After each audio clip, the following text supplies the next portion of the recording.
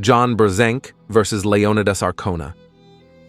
My brain tells me that John's probably in a lot of trouble because of how big Leonidas is. The guy's unorthodox too, and when you do it a little weird, it's almost scarier. You're expecting someone to be in the right lane to respond the way you would if you felt leverage problems. Leonidas seems too inexperienced to know he's not doing it the most efficient way, and that makes it even more dangerous. I think he's going to be so big and strong, so my brain tells me Leonidas is going to win pretty easily, but my heart will be pulling for the GOAT. Cadorette versus Alex Cordecha. Cory almost beat Alex, so Jerry's going to destroy him, because we know Cory can't put Jerry's hand down. I think Jerry is going to beat Alex. You got to be careful when Jerry takes a lot of time off. When he comes back, he's ready to roll. He had a bad showing the last time against Gasparini, but this time will be different. Jerry will benefit from just running down to Orlando because he's a big guy who doesn't do well on those 10-hour flights. Bagent versus Cory West.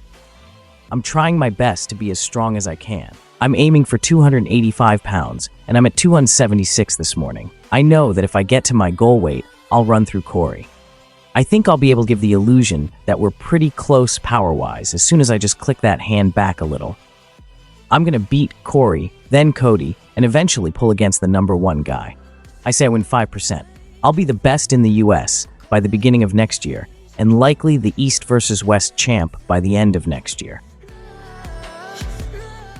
Todd Hutchings versus Evgeny Prudnik. I think Prudnik is in trouble. He doesn't have enough time to get where he needs to be to beat Todd. Todd's the man and will soon be the 209-pound champion, maybe even the 231 champ.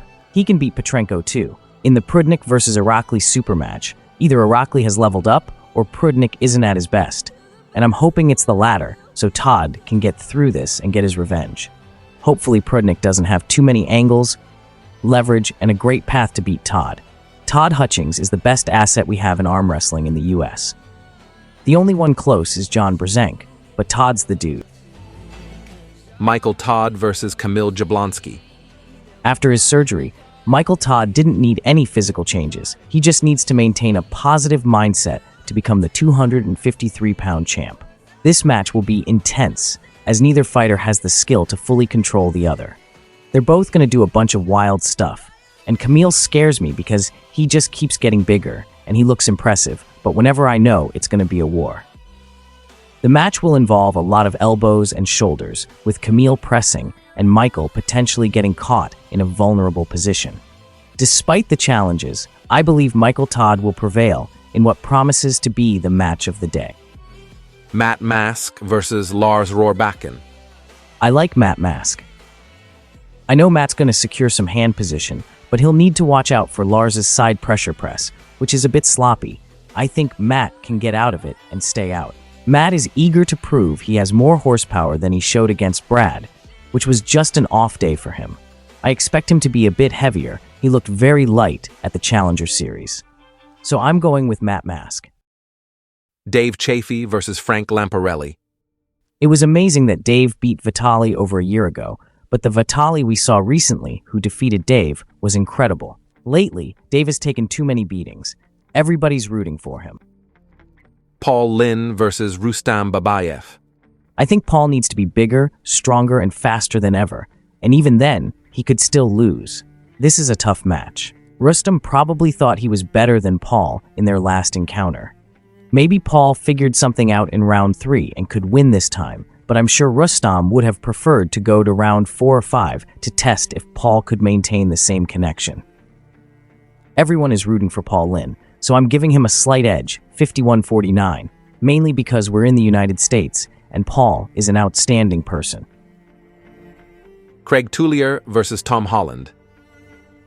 I know who Tom Holland is, and I like him. His length and everything about him are impressive.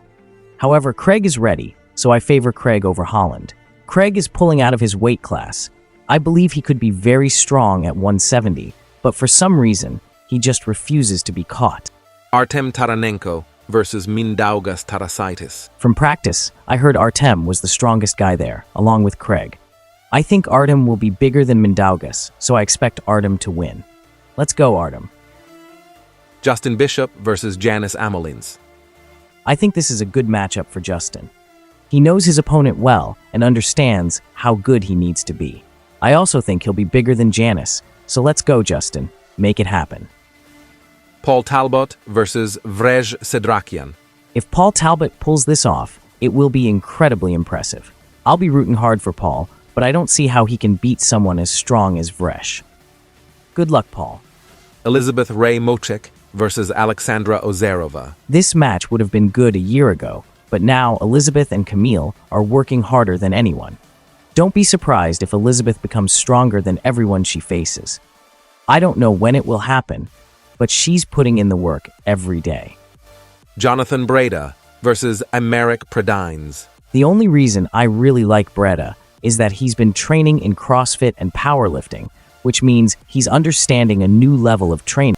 He's excelling at these sports and getting incredibly strong. I wouldn't be surprised if this is the best Breda we've seen.